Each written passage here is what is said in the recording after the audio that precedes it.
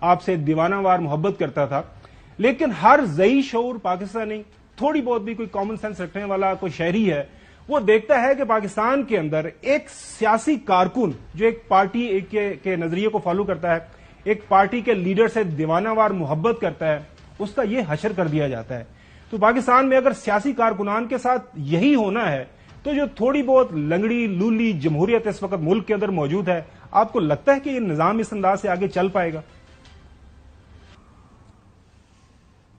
دیکھیں خاور، پاکستان آج ایک ڈیفائننگ مومنٹ پہ ہے، یعنی فیصلہ کن وقت ہے پاکستان کا۔ یہ اب دونوں طرف جا سکتا ہے۔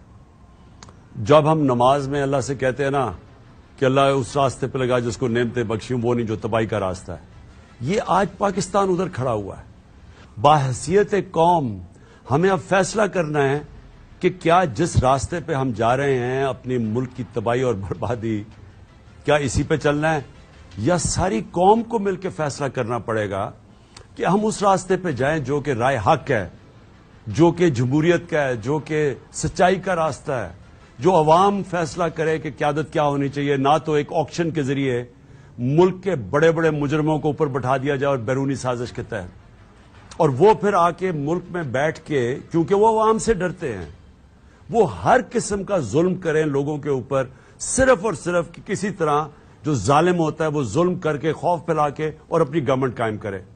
تو دیکھیں یہ دو راستے ہیں۔ یہ جو ضلع شاہ کا ہوا ہے، یہ وہ ٹریجڈی ہے جس کو ہمیں سمجھنا ہے کہ یہ ہوا کیا۔ پہلے تو آپ نے صحیح بات کی کہ جی ایک سیاسی کارکن، ایک وہ ریلی نکلنے لگی تھی جو الیکشن اناؤنس ہوا ہے پاکستان میں، پرمیشن لی ہوئی ہے، پولیس کے ساتھ بیٹھ کے ریلی کا روٹ ایک رات پہلے طے ہو چکا ہے، ریلی نکلنی شروع ہوئی صبح کو اور 144 لگا کے بین کر دیا۔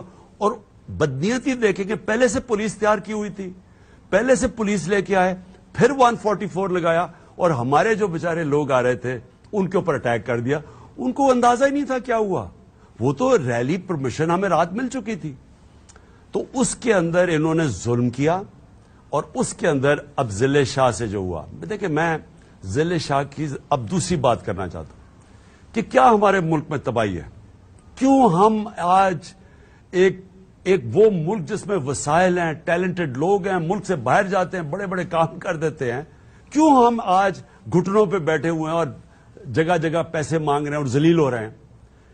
یہ ضلع شاہ کو جو پہلے جس طرح اٹھایا، تشدد کیا، قتل کیا، سڑک کے کنارے پھینکا، اور اس کے بعد اس کو کور اپ کیا، یعنی جو میں یہ آپ کو اس لیے کہہ رہا ہوں کہ یہ ہر جگہ پاکستان میں آج جو حضرت علی کا قول ہے نا کہ کفر کا نظام چل جائے گا، ظلم کا نظام نہیں چل سکتا، یہ ظلم کا، یہ جو ضلع شاہ کا ہے، آپ کو میں یقین دلاتا ہوں، آپ نیچے سندھ سے شروع ہوں، اندرون سندھ سے شروع ہوں اور اوپر چلتے جائیں، ساؤتھ پنجاب اور پھر اوپر کے پی میں چلے جائیں، ہر جگہ کمزور آدمی سے یہ ہو رہا ہے، ہر جگہ طاقتور کمزور پر ظلم کرتا ہے، پھر اسی کے اوپر کیس ڈال دیتا ہے۔ اب سوچیں ہمارے کارکن کو قتل کر کے، تشدد کر کے، اور میرے پر 302 کا مقدمہ کر دیا کہ میں نے قتل کیا اس کو، اور اس کے بعد وہی پولیس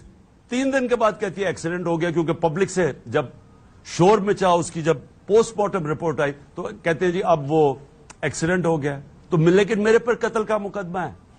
یہ ساری جگہ ہو رہا ہے خاور، یہ سارے پاکستان میں کمزور لوگوں سے آج یہ ہوتا ہے، زمین ان کی قبضہ کرتے ہیں۔ میں آپ کو یہ بتاؤں قبضہ گروپ کیا ہے، کمزور کی زمین پہ قبضہ کرتا ہے، اسی کے اوپر کیس کر دیتا ہے، ملے ہوتے ساتھ پولیس اور ساتھ کسی کو ملایا ہوتا تھا عدالت میں، وہ بیچاری کی جس کی زمین ہوتی ہے انہیں پہ کیس کر دیتے ہیں، وہ بیچارہ عدالتوں کے چکر لگاتا ہے کہ وہ جیل میں چلا جاتا ہے۔ یہ ہے پاکستان کا المیہ جو میں 26 سال پہلے انصاف کی تحریک لے کے نکلا تھا۔ یہ وہ تحریک ہے، انصاف، رول آف لا۔ یہ جب تک پاکستان میں نہیں آتا ہم سروائیو نہیں کریں گے، یہ ملک بچے گا نہیں۔ اچھا خان صاحب، یہ راجہ شکیل جو آپ کے ایک پارٹی کے ون آف دا لیڈرز ہیں، جو خبر ابھی چل بھی رہی ہے کہ پہلے ان کا آپ سے رابطہ ہو گیا ڈاکٹر یاسمین صاحبہ سے، ایکیوز کیا جا رہا ہے، آپ کی پارٹی کے اوپر الزام لگ رہا ہے کہ آپ لوگوں کے علم میں تھا، آپ لوگوں نے جان بوجھ کے ضلع شاہ کی سٹوری بنائی کہ اس کا حادثہ ہوا، اسی کی گاڑی کی ٹکر لگی وغیرہ وغیرہ. دیکھیں وٹنسز ہیں، 4 وٹنسز اس کے اندر بیٹھے ہیں، تصویریں اس کی آئیں کہ وہ پولیس کی وین میں بیٹھا ہوا ہے. وٹنسز بتا رہے ہیں کہ ان کو اتار کے تو اس کو لے گئے، اور اس کے 2 گھنٹے کے بعد یا 2.5 گھنٹے کے بعد اس کی لاش ملتی ہے. مجھے یہ بتائیں کوئی راکٹ سائنس ہے اس کے اندر؟ کیا وہ پوسٹ مارٹم کی رپورٹ پڑھی ہے؟ انہوں نے اس کے اوپر پریشر ڈالا، وہ جو ڈاکٹر نے پوسٹ مارٹم کیا اس کے اوپر پریشر ڈالا کہ یہ تم نے رپورٹ کیوں لکھ دی. اس ڈاکٹر کو بھی سلام کرتے ہیں، اس نے ساری چیزیں گنائی. وہ ہو ہی نہیں سکتا تھا ایکسیڈنٹ جو اس بیچارے سے ہوا ہے. اس کے سر پھٹا ہوا، اس کا لیور پھٹا ہوا، مار مار کے لیور، وہ بلیڈنگ ہوئی اس کے اندر، جو دوسرا سپلین اس کی پھٹی. اور پھر پرائیویٹ پارٹس کے اوپر کیسے تشدد ہو گیا؟ یعنی وہ ایکسیڈنٹ میں کیا ہوا؟ یعنی وہ جو ڈاکٹر نے رپورٹ دی ہے پوسٹ مارٹم کی، وہ کوئی پڑھے تو صحیح، وہ کبھی ہو ہی نہیں سکتا تشدد کے علاوہ اس بیچارے کو مارا ہو. اور یہ جھوٹے، یہ آئی جی، اس کو شرم آنی چاہیے. اور وہ اس کے ساتھ وہ جو 2 نمبر آدمی جو سی ایم بیٹھا ہوا ہے، شرم آنی چاہیے کہ اس طرح بے شرمی سے جھوٹ بول رہے ہیں قوم کے سامنے. کوئی غیرت نہیں ہے. دیکھیں غیرت مند آدمی میں فرق کیا ہوتا ہے، وہ جھوٹ بولنے سے ڈرتا ہے کہ اس کی غیرت کو نقصان پہنچتا ہے.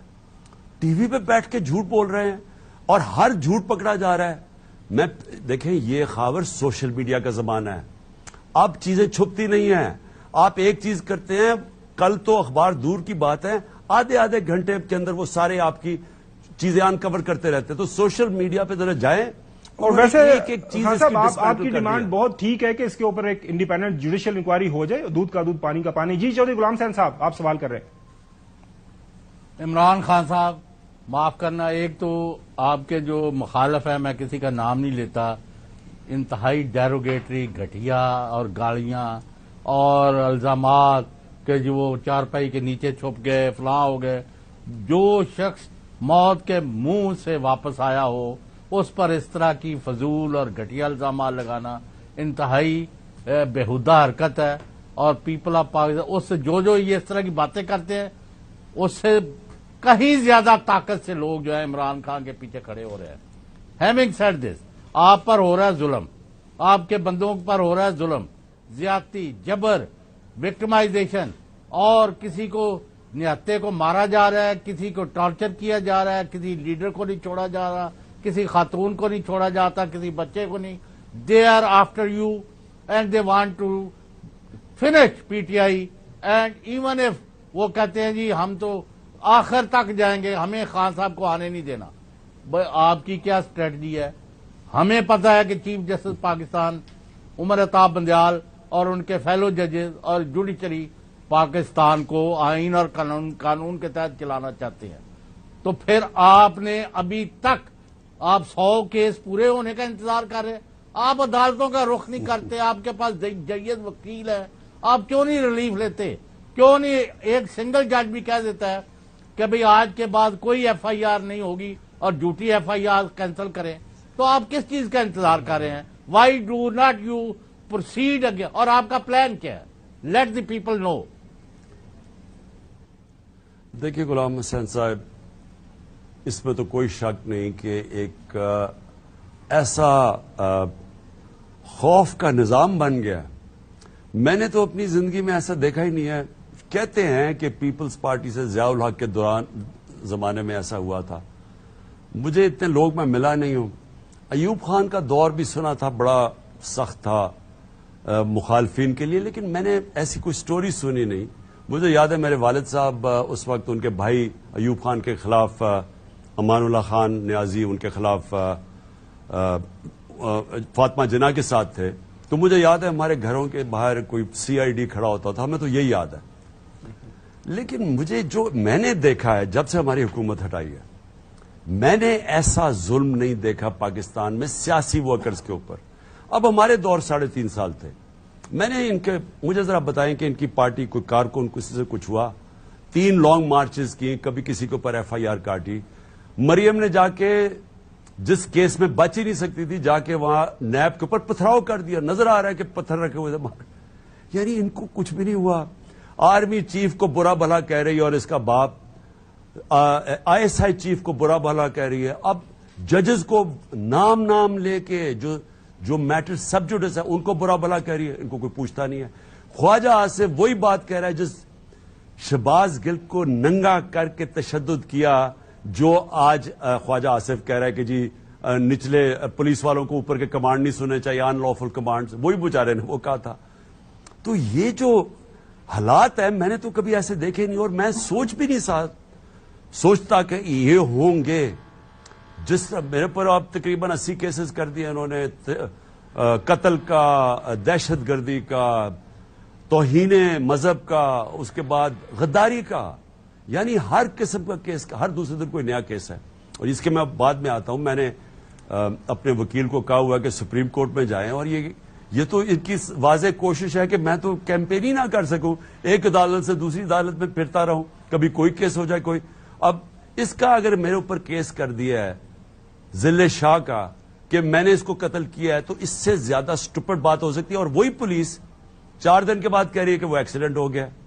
تو میں صرف یہ کہہ رہا ہوں کہ یہ جو حالات ہیں، میں نے اپنی زندگی میں اس طرح کی چیزیں نہیں دیکھی پاکستان میں۔ انہوں نے ہمارے لوگوں کے اوپر کیسز، ظلم کیا، کسٹوڈیل ٹارچر، تشدد کیا میرے اوپر، اور پھر کور اپ کرتے ہیں سب چیزیں کور اپ۔ جب اس نے گل کے اوپر ٹارچر کی گئی، اس کی رپورٹ چینج کروائی انہوں نے۔ اتنے طاقتور لوگ ہیں یہ کہ ادھر جو ہاسپٹل کی رپورٹ تھی وہ چینج کروائی، تشدد نہیں ہوا۔ پھر اعظم سواتی کے اوپر تشدد ہوا، وہ بھی سامنے رپورٹ نہیں آئی۔ پھر ارشد شریف کے اوپر جو ساری چیزیں سامنے، وہ انکوائری رکوا دی۔ مجھے گولیاں لگتی ہیں، جے آئی ٹی پنجاب گورنمنٹ بناتی ہے، پولیس ہماری بات ہی نہیں سنتی۔ وہ اتنی بڑی طاقت ہے کہ وہ پولیس کو بھی کنٹرول کر رہی تھی ہماری گورنمنٹ ہوتے ہوئے۔ پھر کیئر ٹیکر گورنمنٹ آتی ہے، پہلی چیز کرتی ہے جے آئی ٹی کا ریکارڈ غائب کر دیتی ہے، وہ جے آئی ٹی بند کر دیتی ہے۔ تو میں سوال یہ پوچھتا ہوں کہ یہ کون کروا رہا ہے؟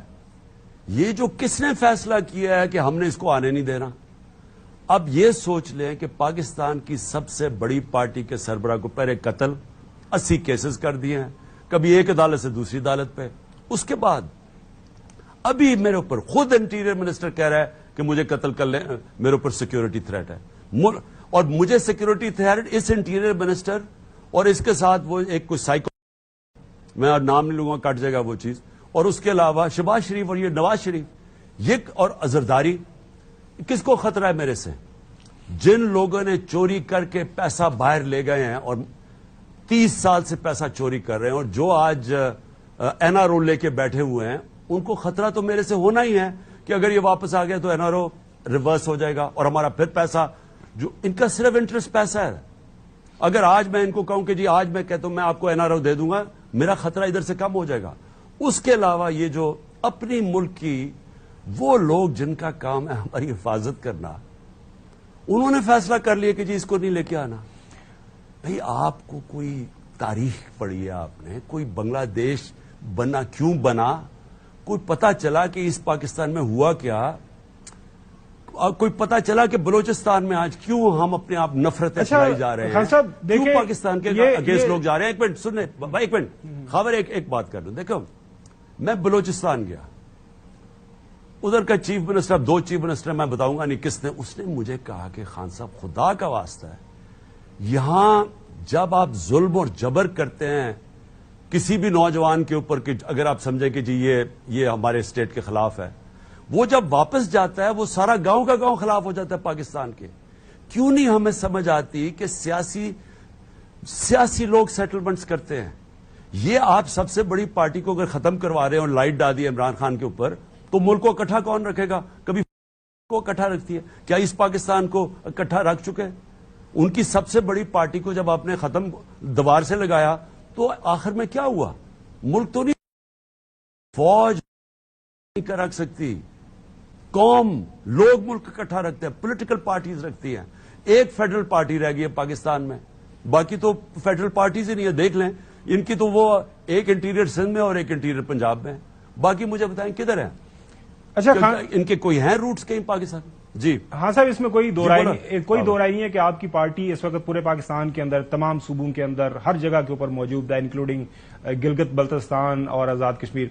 سر سوال اب یہ ہے کہ ایک جنرل کے حوالے سے آپ کی پارٹی کی ڈیمانڈ ہے کورٹ مارشل ہونا چاہیے، اور ایک دوسرے جنرل ہیں ان کے حوالے سے پاکستان مسلم لیگ نون ڈیمانڈ کر رہی ہے کہ ان کا کورٹ مارشل ہونا چاہیے. یہ وہی دو جنرلز ہیں جو اکثر ہم دیکھا کرتے تھے آپ کے ساتھ، آپ کے دائیں بائیں بیٹھا کرتے تھے.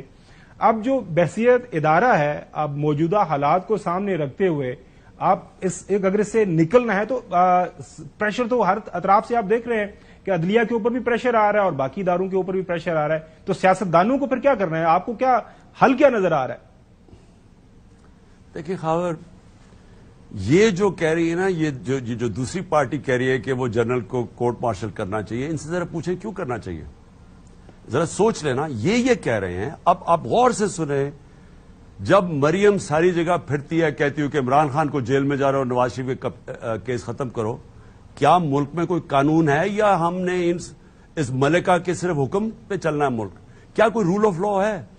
وہ یہ کہہ رہی ہے کہ کسی کی جرت کیسے پڑی کہ ہم لوگوں کو کسی نے ہم سزا دے دی. وہ یہ نہیں کہہ رہی کہ ہم بے قصور ہیں. وہ تو جواب ہی نہیں دے چکی کہ پینما کا انٹرنیشنل انکشاف ہوا، جدھر اس کے 4 بڑے بڑے مہنگے لندن کے علاقے میں فلیٹ نکلے اور باپ اس کا پرائم منسٹر تھا تب.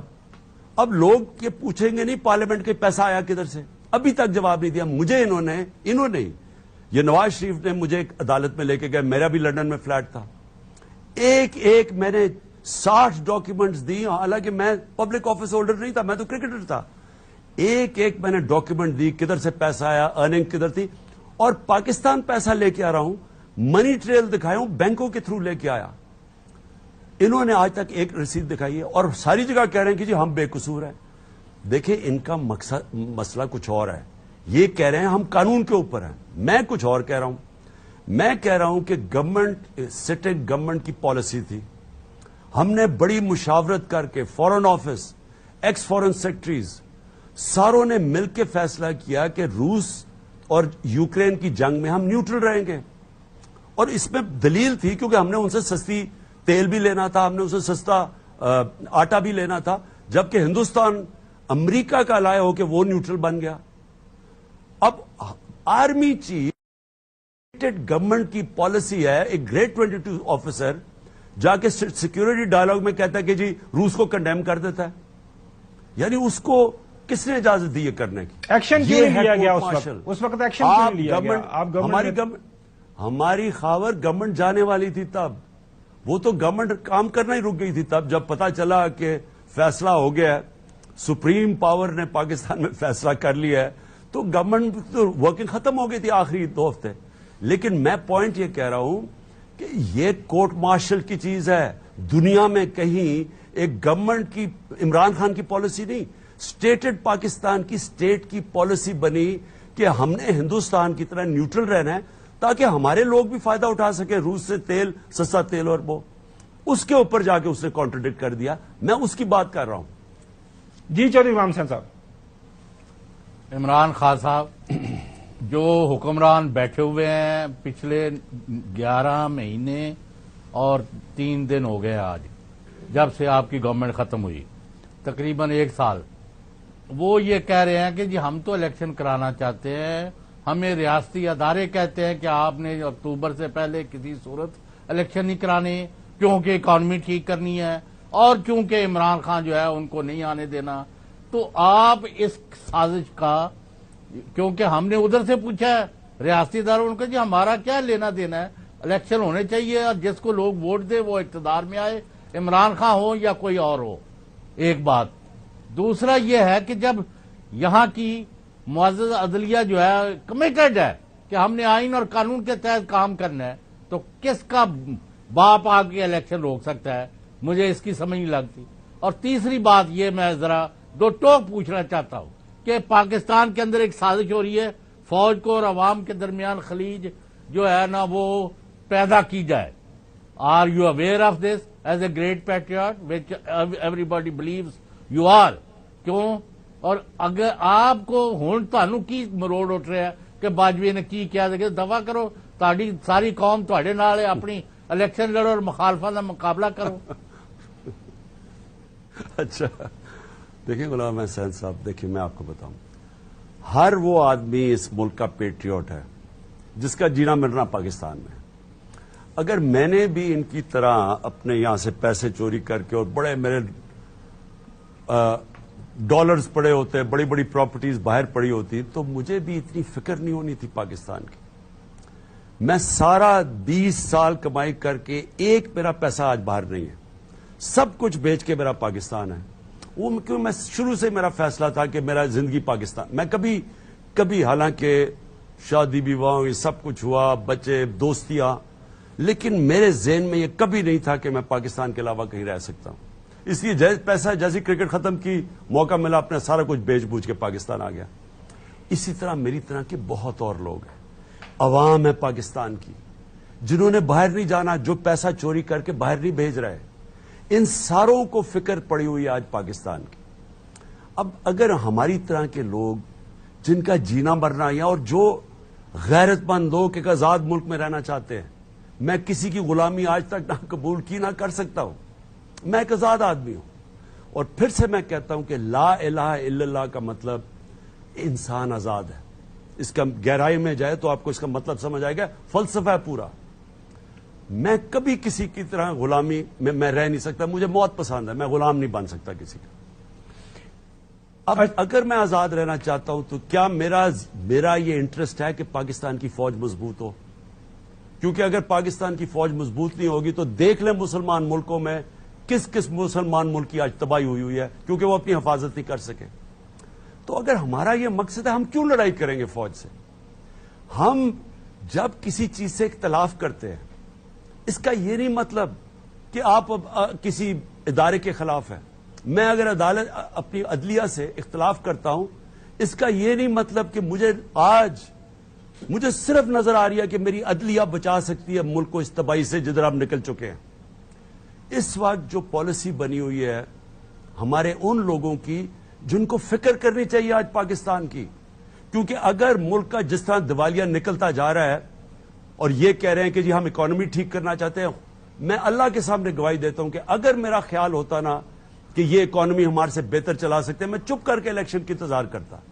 مجھے نظر آ رہا تھا، میری سٹیٹمنٹس پڑھنے 7 مہینے پہلے میں نے کہا یہ ملک کو ڈیفالٹ کی طرف لے کے جا رہے ہیں، میرے اوپر کہا غداری کا چارج کر دو۔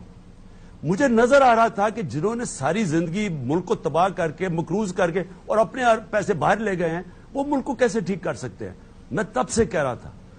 اب اگر یہ کہتے ہیں کہ ملک یہ ٹھیک کر سکتے ہیں تو کوئی پتہ نہیں کون سی دنیا میں رہ رہا ہے، ملک مزید تباہی کی طرف جا رہا ہے۔ میں یہ کہہ رہا ہوں کہ وہ لوگ جن کو فکر کرنی چاہیے، جس وقت آپ کی اکانومی کولیپس کی سب سے پہلی چیز آپ کی نیشنل سیکیورٹی کولیپس کرتی ہے، جو سوویت یونین سے ہوا، تو ہم ملک دشمن نہیں ہیں، ہمیں فکر پڑی ہوئی اپنے ملک کے ان چوروں کے ہاتھوں پہ۔ اور میں ایک ہی چیز کہہ رہا ہوں اور میں آج چیلنج کرتا ہوں جس کو پاکستان کی آج پرواہ ہے، سوائے فری اینڈ فیئر الیکشن کے مجھے کوئی راستہ بتا دے کہ ملک اس دلدل سے نکل سکتا ہے۔ جی ناظرین، ابھی ایک چھوٹی سی بریک پہ جانا ہے، بعد خان صاحب سے پوچھیں گے کہ کیا ان کو ملک کے اندر الیکشن ہوتے ہوئے نظر آ رہے ہیں۔ اسٹے ود اس۔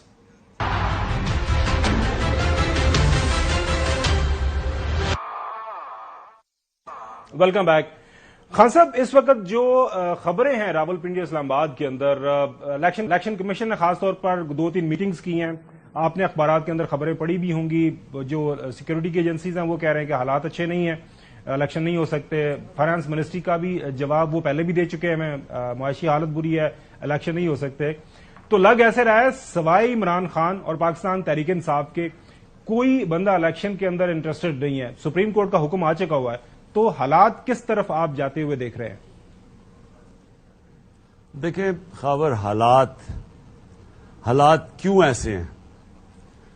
ہماری گورنمنٹ گرائی، اور عموماً جب گورنمنٹ گراتے ہیں تو آپ کو پتہ لوگ مٹھائیاں بانٹتے ہیں، پبلک نکلنی شروع ہو گئی ہمارے ساتھ۔ ان چوروں کی، ڈاکوؤں کی شکلیں دیکھ کے جو ایک دوسرے کو برا بھلا کہتے تھے، کرپشن کیسز، زرداری کو نواز